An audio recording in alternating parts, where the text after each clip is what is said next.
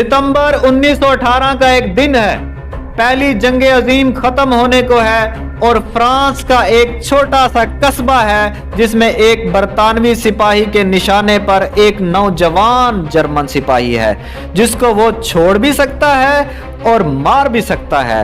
ये नौजवान जर्मन सिपाही असल में कोरियर वाला यानी डाकिया, जी हाँ डाकिया है। इस डाकिये को पूरा यकीन था कि इसे गोली मार दी जाएगी, लेकिन ऐसा हुआ नहीं। बरतानवी सिपाही ने इसे गैर मुसल्ला देखकर छोड़ दिया और इसको जाने का इशारा किया, मगर वो बरतानवी सिपाही नहीं जानता कि वो तारीख रकम कर चुका है, क्योंकि जिस शख्स को इसने छोड़ा है वो 20वीं सदी का मुतनाज़ा तरीन आदमी यानी एडोल्फ हिटलर है। जी हाँ, वही एडोल्फ हिटलर जिसकी छेड़ी दूसरी जंग अजीम ने 5 करोड़ से ज्यादा जानें निगल ली। इसने 60 लाख यहूदियों को क्यों मारा? इसने दूसरी जंग अजीम किस वजह से छेड़ी? एक मामूली डाकिया किस तरह डिक्टेटर बना? इसने जर्मनी की डूबती मईशत को कैसे सहारा दिया और इसको अजीम सल्तनत कैसे बनाया? क्या जर्मनी पे ऐसा वक्त भी आया जब लोग लकड़ी की बजाय पैसे जलाने लगे? हिटलर यहूदियों के खिलाफ क्यों था?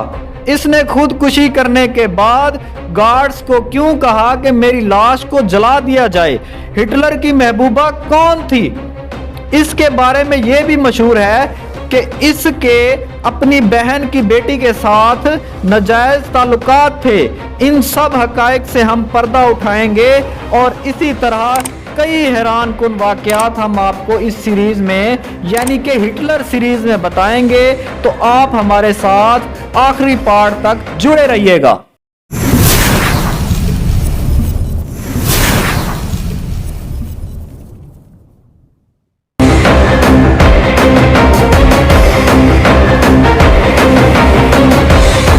अस्सलाम वालेकुम। हिटलर सीरीज के पार्ट फर्स्ट के साथ मैं हूं उस्मान चीमा। वक्त जाया किए बगैर चलते हैं वीडियो की तरफ। जैसा कि हिटलर ने खुद ही कहा है, if you want to shine like sun first you have to burn like it. अगर आप सूरज की तरह चमकना चाहते हैं तो पहले आपको इसकी तरह जलना होगा। एडोल्फ हिटलर 20 अप्रैल 1889 को ऑस्ट्रिया के एक गरीब घराने में पैदा होता है। इसकी तालीम निहायत कम थी। ऑस्ट्रिया के दारुल हुकूमत वियना के कॉलेज ऑफ फाइन आर्ट्स में महज इसलिए दाखिला न मिल सका कि वो इनके मतलूबा मयार पर पूरा नहीं उतरा था। 1913 में हिटलर जर्मनी चला गया और वहां पहली जंग अजीम में जर्मनी की तरफ से बेल्जियम और फ्रांस के महाज पर कोरियर की खिदमत सर अंजाम देता रहा। इसी दौरान इसे जर्मनी से इश्क हो गया और वह खुद को पक्का जर्मन समझने लगा। पहली जंग अजीम में बरतानवी फौज ने जर्मनों के खिलाफ जहरीली गैस इस्तेमाल की, तो इस जहरीली गैस से हिटलर की आंखें शदीद मुतासिर हो गईं और वो अंधा हो गया। हिटलर के लिए खुशी की बात यह थी कि इलाज के बाद इसकी आंखों की रोशनी लौट आई। इस एक वाक़े ने हिटलर की सोच को बदल कर रख दिया। आंखों की रोशनी लौट आने के बाद इन्हीं आंखों में इंतकाम की आग झुलस रही थी। इस जंग के बाद इसने तय किया कि वो शिकस्त का बदला जरूर लेगा। हिटलर ने अपनी सियासी जिंदगी की इब्तिदा एक गैर मारूफ सियासी पार्टी से की। इस पार्टी का नाम था जर्मन वर्कर पार्टी। ये वही जर्मन वर्कर पार्टी है जो बाद में नाजी पार्टी के नाम से जानी गई। ये पार्टी पहली जंग अजीम में शिकस्त खुर्दा और इंतकामी ज़हन रखने वाले जर्मन शहरियों और साबिक फौजी जर्नैलों ने मिलकर बनाई थी, क्योंकि पहली जंग अजीम के बाद बरतानिया और फ्रांस ने जर्मनी से वो इलाके छीन लिए थे जो सदियों से इसकी सल्तनत में शामिल थे। जर्मनियों को शिकस्त के बाद इस बात पर मजबूर किया गया कि इस जंग में फ्रांस और दीगर इत्तेहादी फौजियों को जो नुकसान हुआ है इसका हर्जाना अदा करे। हर जाने की कीमत तकरीबन 32 मिलियन गोल्ड मार्क यानी 96,000 टन सोने की कीमत के बराबर बनती है। जी हां, 96,000 टन सोना। ये जर्मन कौम के लिए बड़ी जिल्लत थी। ये पार्टी आहिस्ता आहिस्ता मकबूल होती गई और हिटलर इस पार्टी के प्रोपेगेंडे का इंचार्ज बना। 1921 में इसकी सलाहियतों को देखते हुए इसे पार्टी का सदर बना दिया गया। आपको ये भी बताते चलें कि पहली जंग अजीम में जर्मन फौजियों ने इसको कोई तरक्की ना दी क्योंकि उनके नजदीक हिटलर में कायदाना सलाहियतों की कमी थी। लेकिन अब हिटलर पार्टी का सदर बन चुका था। इसने पार्टी का निशान भी खुद मुंतखब किया।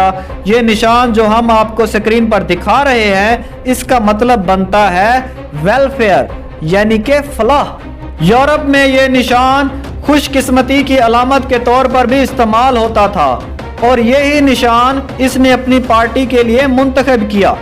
हिटलर जर्मनी में इनकलाब लाना चाहता था, इसलिए इसने 1921 में ऐसे के नाम पे एक तंजीम बनाई जिसका मतलब है अटैक डिवीजन। इस तंजीम के कारकुनों से हल्फ लिया जाता कि वो हिटलर के नाम पे कट मरेंगे। नाजी पार्टी मुकामी सतह की पार्टी थी, लेकिन जब पहली जंग अजीम का हीरो एरिक डॉर्फ जो साबिक जनरल था इस पार्टी में शामिल हो गया तो पार्टी में गोया जान पड़ गई। ये एरिक डॉर्फ सियासी शोहरत के लिए शिकस्त का मलबा सियासतदानों पर डालकर अवाम को भड़का रहा था। एरिक डॉर्फ के साथ मिलने से हिटलर की ताकत बढ़ गई और वो इनकलाब का मौका ढूंढने लगा। काम है मेरा तगय्युर, नाम है मेरा शबाब, मेरा नारा इनकलाब इनकलाब इनकलाब। जी हां, इनकलाब। ये मौका इसे जर्मनी के एक शहर रोहर ने फराहम किया। रोहर में कोयले की कानें और फौलाद की फैक्ट्रियां हैं। जर्मनी जब आलमी ताकतों को हर जाने की कीमत अदा ना कर सका तो फ्रांस और बेल्जियम ने मिलकर 1923 में रोहर पर कब्जा कर लिया। रोहर एक इंडस्ट्रियल शहर था। इस पर कब्जे का मकसद ये था कि इत्तेहादी यहाँ के वसाइल से अपने वाजिबात वसूल कर सकें। अब रोहर पर फ्रांस और बेल्जियम का कब्जा था, मगर यहाँ की फैक्ट्रियों में काम जर्मन मजदूर ही कर रहे थे। जर्मनी हमलावरों का मुकाबला तो ना कर सका, मगर जर्मन हुकूमत ने एक बड़ा और तारीख साज फैसला किया। इसने रोहर के फैक्ट्री मजदूरों और कारकुनों को हुक्म दिया कि वो काम बंद कर दें। हुकूमत इन्हें घर बैठे तनख्वाह देगी। ये कदम इसलिए उठाया गया ताकि इत्तेहादी फौजों ने जिस मकसद के लिए कब्जा किया है यानी फैक्ट्रियों के वसाइल से फायदा उठाने के लिए, वो ये फायदा ना उठा सकें। हुकूमत ने ऐलान तो कर दिया लेकिन खजाने में तनख्वाहों के लिए पैसे नहीं थे। इसके बाद क्या हुआ? हिटलर पिस्तौल लहराता हुआ म्यूनिख शहर के बेयर हॉल में अपनी तंजीम एसए के मुसल्ला कारकुनों के साथ दाखिल हुआ तो क्या वो इनकलाब लाने में कामयाब हो गया? हुकूमत के खिलाफ इसकी पहली बगावत कामयाब। जर्मनी में लोग लकड़ियों की बजाय पैसे क्यों जलाने लगे? जर्मनी में एक रोटी 2 अरब मार्क की क्यों हुई? अरबपति कैसे कखपति बने? हिटलर ने कौन सी किताब लिखी जो अब भी सबसे ज्यादा मकबूल है? हिटलर ने किस आदमी को प्रोपेगेंडे के लिए रखा जिसका नजरिया ही ये था कि झूठ इतना बोलो और मुसलसल बोलो कि सच लगने लगे।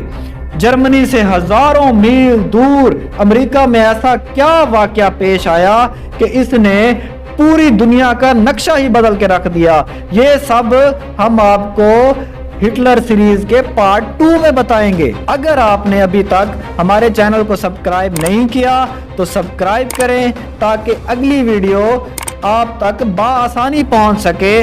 तो मिलते हैं अगली वीडियो में, तब तक के लिए मुझे और मेरे टीम मेंबर हसन लतीफ़ को इजाज़त दें। आप अपना बहुत सारा ख्याल रखिएगा। अल्लाह हाफिज़।